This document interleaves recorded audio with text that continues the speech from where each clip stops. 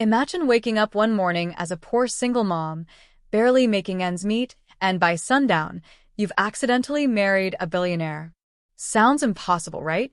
But that's exactly what happened to Emily Carter, a 29-year-old waitress from Louisville, Kentucky, whose life was nothing short of survival. Rent overdue. 2 jobs. One 6-year-old son to raise on her own. And absolutely no time for love. Until a glitch in a county records system flipped her entire world upside down. It was an ordinary Tuesday morning. Emily dropped off her son, Aiden, at kindergarten, then rushed to the courthouse to finalize the paperwork for her late grandmother's estate, something she'd been delaying for months. But due to a clerical error, the clerk handed her the wrong form. And in the next 30 minutes, without even realizing it, Emily legally signed a marriage certificate to a man she had never even met. His name?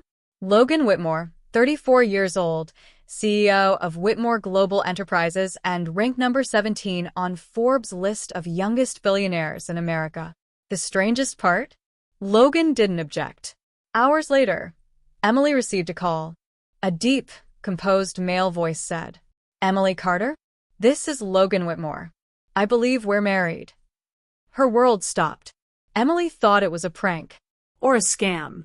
But when she Googled the name and saw the man behind the voice, her jaw dropped. There he was. Tailored suit, helicopters, tabloid headlines. The man who had more money than most countries. And now, legally, her husband? But why wasn't he freaking out? Why wasn't he demanding an annulment? In fact, he requested a meeting. And when they met in person the next day at a luxury rooftop in downtown Chicago, Logan's first words were, "Let's not undo this just yet." At that moment, Emily's instinct screamed. Something was off. Something wasn't adding up. Was this a setup? Was he hiding something? Or was this fate playing its cruelest game yet? Because what Logan did next left Emily speechless. And what started as an innocent mistake was about to unravel a billionaire's darkest secret, hidden in plain sight. Emily Carter had always lived a simple life. Born and raised in Louisville, Kentucky, she was the kind of woman who learned how to stretch a dollar before she learned how to drive. After her parents passed away in a car crash when she was just 17, she became the legal guardian of her younger brother, who later enlisted in the army. By 21, Emily found herself in love with a charming drifter named Jake Reynolds, who left the picture as soon as she told him she was pregnant. No goodbyes. No explanation. Just gone. From that day forward, Emily's life became a daily hustle. She worked mornings at Maple's Diner, evenings cleaning offices at a corporate park, and any spare moments she had were devoted to raising her son Aiden, a bright, sweet kid who dreamed of becoming an astronaut. There was no time for dating, no space for dreaming, no hope of anything magical ever happening. Until that Tuesday. Logan Whitmore, on the other hand, was the polar opposite. Born into unimaginable wealth, raised in Greenwich, Connecticut, and educated at Harvard, Logan was the son of Charles Whitmore, a real estate tycoon who had once shaken hands with 4 U.S. presidents. But Logan was different from his high-profile family. While his siblings chased clout and luxury, Logan kept a low profile. He rarely gave interviews, barely appeared in tabloids. And unlike the rumors, he wasn't interested in Hollywood models or scandalous romances. Instead, he built Whitmore Global Enterprises from the ground up, starting as a risky tech startup that turned into a billion-dollar software giant by the time he was 30. Still, there was something off about him. Rumors swirled. Some said he was dying. Some said he was already secretly married.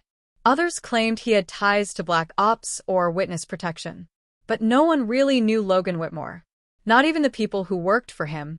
So when Emily met Logan on that windy Chicago rooftop, wearing her thrift store jacket and clutching a borrowed purse, she expected security guards to escort her out. Instead, he greeted her with a polite smile.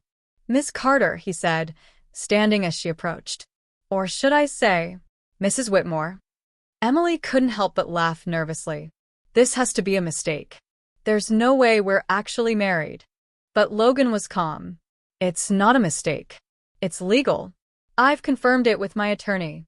We were both listed on the same digital document due to a system error at the Jefferson County Clerk's office, and when you signed, you unwittingly agreed to a joint civil union contract that overrides state marital recognition.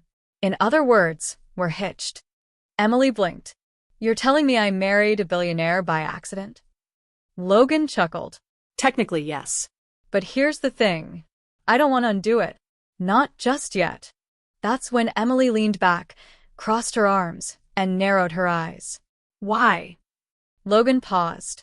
Because this mistake might solve a much bigger problem. Over the next 20 minutes, Logan offered her something that sounded too good to be true. He proposed a contractual arrangement. 1 year. Stay married in public. Attend a few events. Live in one of his penthouses, strictly platonic, no obligations. In return, he'd pay off her debt, cover her son's education, and give her a $2.5 million payout at the end of the agreement. It was insane. Illegal, even?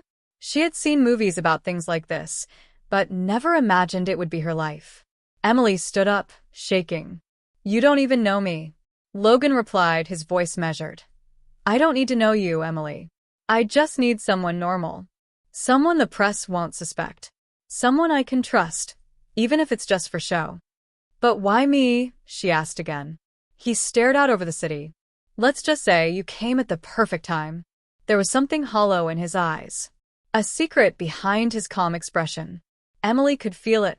But she also saw the opportunity, a way out of her struggle, a better life for Aiden, a clean slate. Still, something inside her whispered, this man is hiding something. Later that night, as she sat alone in her apartment, staring at the blank ceiling, Emily replayed every word of that rooftop conversation. She looked Logan up again. Articles, videos, business records, but nothing personal. He was practically a ghost. Aiden, curled up beside her, asked, Mom, are we going to be rich now? She kissed his forehead and whispered, I don't know, baby, but something's definitely changing. She had 48 hours to decide. Take the deal or walk away. And just when she thought she had made up her mind, a package arrived at her door. No label. No note. Inside, a vintage photograph. A woman who looked just like her, standing next to a younger version of Logan. And on the back, scribbled in fading ink. Don't trust him. He lies to survive. Emily's hands trembled. Who was the woman? Why did she look like Emily? And why did Logan say he didn't know her when clearly they had history? The clock was ticking. And Emily Carter was about to make a decision that would either save her life or destroy it. The next morning, Emily sat in the sunroom of Logan's 48th floor penthouse in Chicago's Gold Coast, holding that strange photograph in her trembling hands. She hadn't slept. The image haunted her. The woman in the photo wore a 1950s-style dress. Her features, sharp jawline, auburn hair, the same almond-shaped eyes, looked eerily like Emily. Almost like a long-lost twin, or worse, a mirror from the past. But what truly froze her blood was the young Logan beside her. Same face, same smile. Only the photo looked ancient. It couldn't be real. It shouldn't be real. Unless, good morning, came Logan's voice behind her. She jumped. He stood at the entrance, holding 2 cups of coffee. I thought you might like Colombian roast. Emily slowly folded the photo and slipped it beneath her notebook. Thanks, she replied cautiously. Logan handed her the cup and sat across from her. So, he asked, like this was a business meeting. Have you made your decision? She met his gaze. Why are you really doing this? Logan didn't blink. I told you. No, she cut in. The real reason. Because this feels like something bigger. That picture. Logan's smile faded. He leaned forward, voice low. Where did you get that? Emily hesitated. Someone left it at my door. No note. Just that. Logan's jaw tightened. He reached for his phone. His hands shook slightly, barely noticeable, but enough for Emily to catch it. I need to show you something, he said. But after I do, you'll either think I'm crazy, or you'll finally understand everything. He tapped a code into a security pad near the bookshelf. With a soft click, the shelf slid open. Behind it, a hidden room lined with antique books, high-end surveillance screens, and one giant corkboard filled with photos. Emily's heart dropped, because right in the center was a blown-up version of the exact same photograph she had received. Surrounding it, dozens more black-and-white images spanning the 1940s to the 2000s, all with the same man, Logan Uniged, unchanged, same face, same eyes, decade after decade. Emily backed away, confused and horrified. What is this? Are these fakes? Logan shook his head slowly. I was born in 1893, Emily. The room fell silent. He let the words hang there, waiting for her to laugh, to scream, to call him insane. She just stared. I don't expect you to believe it, he said, but it's the truth. I stopped aging sometime in 1926, after an experiment. I was part of a research program tied to something the military now buries under layers of black ops. Emily whispered, That's not possible. I've had multiple identities. New names. New birth certificates. Every 20 years, I reinvent myself. Start fresh. But lately, something's changed. Emily slowly sat down, her legs unable to hold her anymore. Changed how? Logan stood beside the board, tapping on one photo, a blurry surveillance shot of a woman leaving a government building. She looked exactly like Emily. That woman, he said, her name was Eleanor Kane. She found out who I really was in 1972.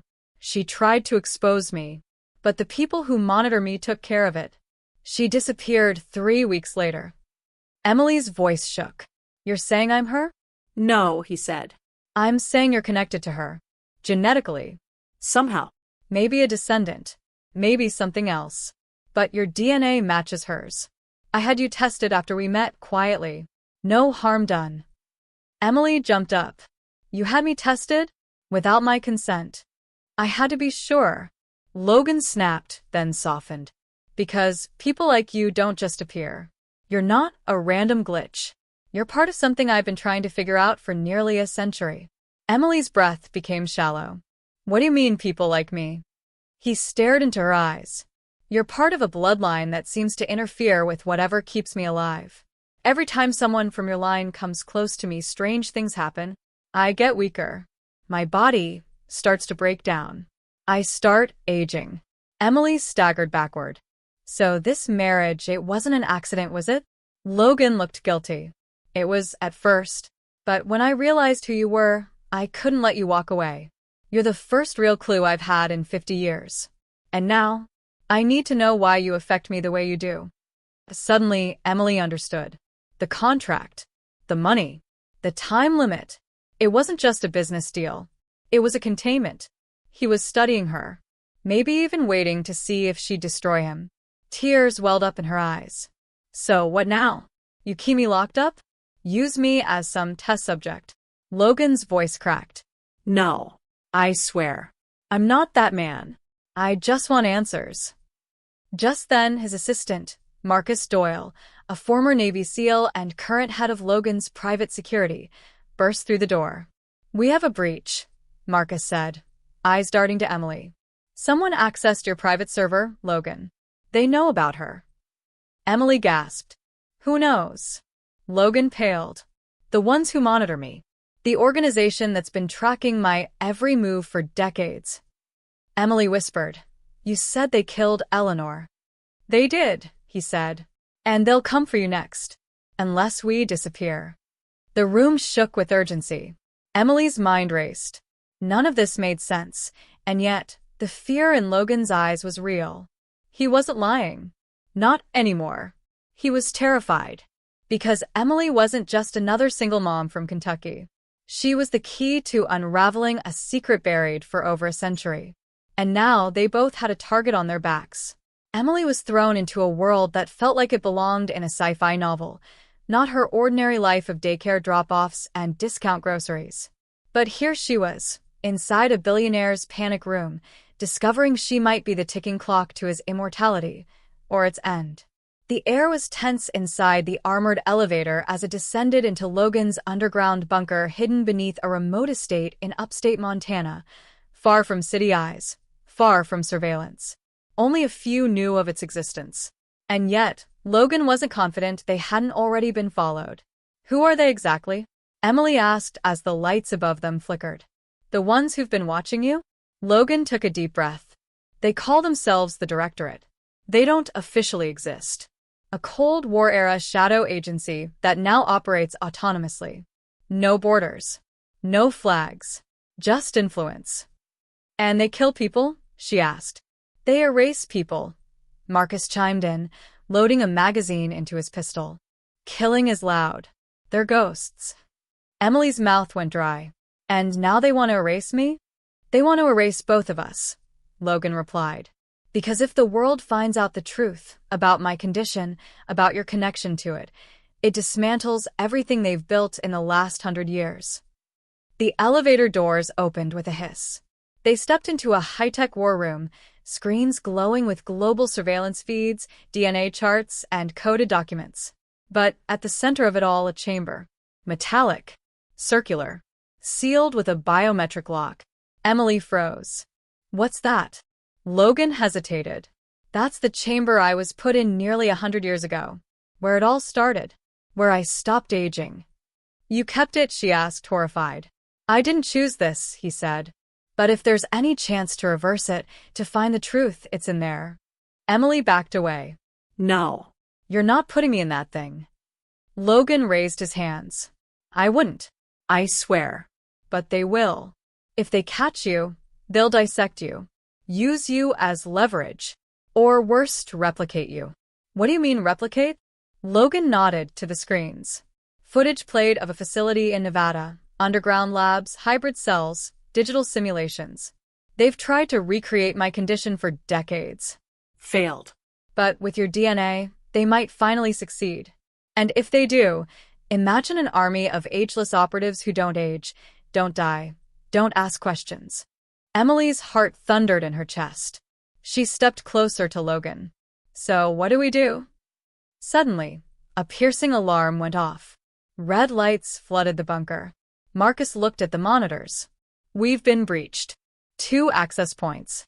This place is compromised. Emily's breath caught in her throat. How? They must have tagged us before we left Chicago, Marcus said, drawing his weapon. They're already inside. Logan's jaw clenched. We go to Protocol 7. What's Protocol 7? Emily asked, panicked. Marcus answered. We burn everything and disappear. The room exploded into motion. Files shredded. Drives wiped. Self-destruct sequences initiated. Marcus handed Emily a bag. You leave through the west tunnel. Logan, and I will draw them east. Emily shook her head violently. No. I'm not leaving you. Logan grabbed her shoulders. Emily, you have to go. You're the key now. They can't get you. Tears welled in her eyes. Why me? Because you might be the cure, Logan whispered. And if you are, that makes you more powerful than all their secrets combined. He leaned in quickly and kissed her.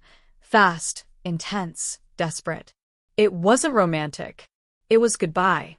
Emily ran through the tunnel as explosions echoed behind her. The air filled with smoke, gunfire, and shouts in foreign languages. Commandos, she guessed. Black Ops. Armed like ghosts. She didn't look back. She couldn't. She reached a steel hatch at the tunnel's end, climbed the emergency ladder, and emerged under a rocky outcrop.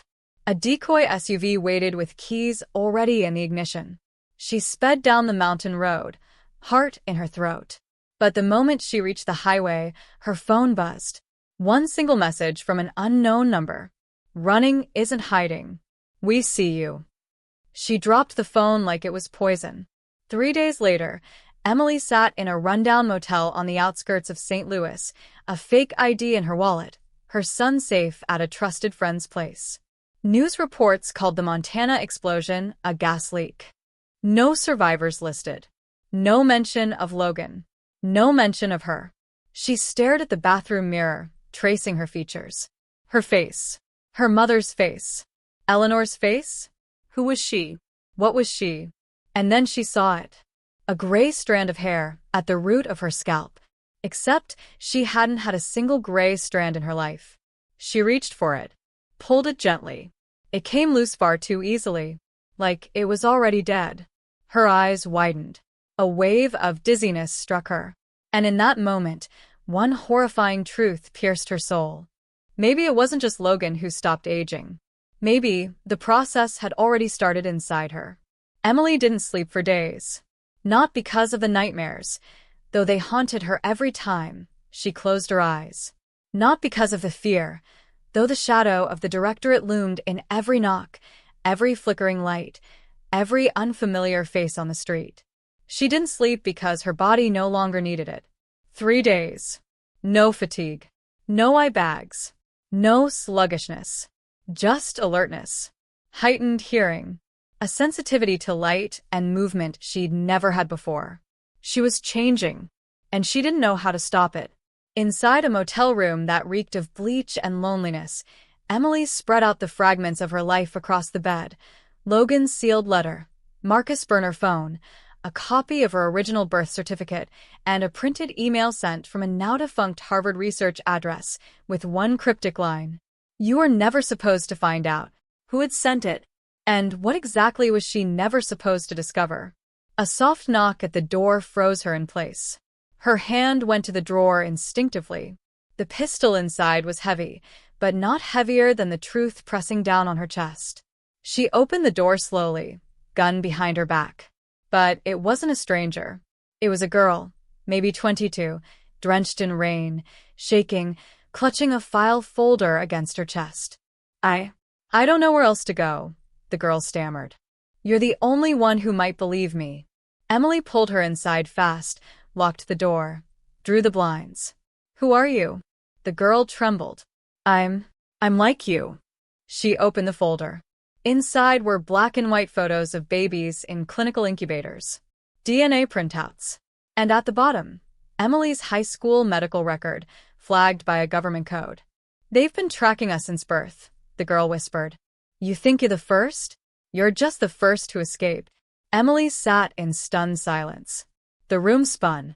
Everything she'd believed, every struggle, every rejection, every sleepless night crying over unpaid bills and forgotten birthdays, suddenly had a pattern. They weren't accidents. They were design. Was she part of an experiment? Was her son?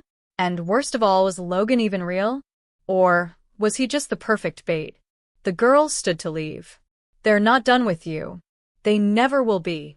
But maybe if enough of us come together, we can finish what Logan started. Which is what? Emily asked quietly. The girl didn't smile. She just whispered, the truth. Then she vanished into the rain. That night, Emily looked at her reflection one last time before smashing the mirror. She would never be who she was. Not the broke single mom. Not the broken-hearted widow. Not even the accidental wife. She was something else now. Something they feared. And fear meant power. Now it's your turn.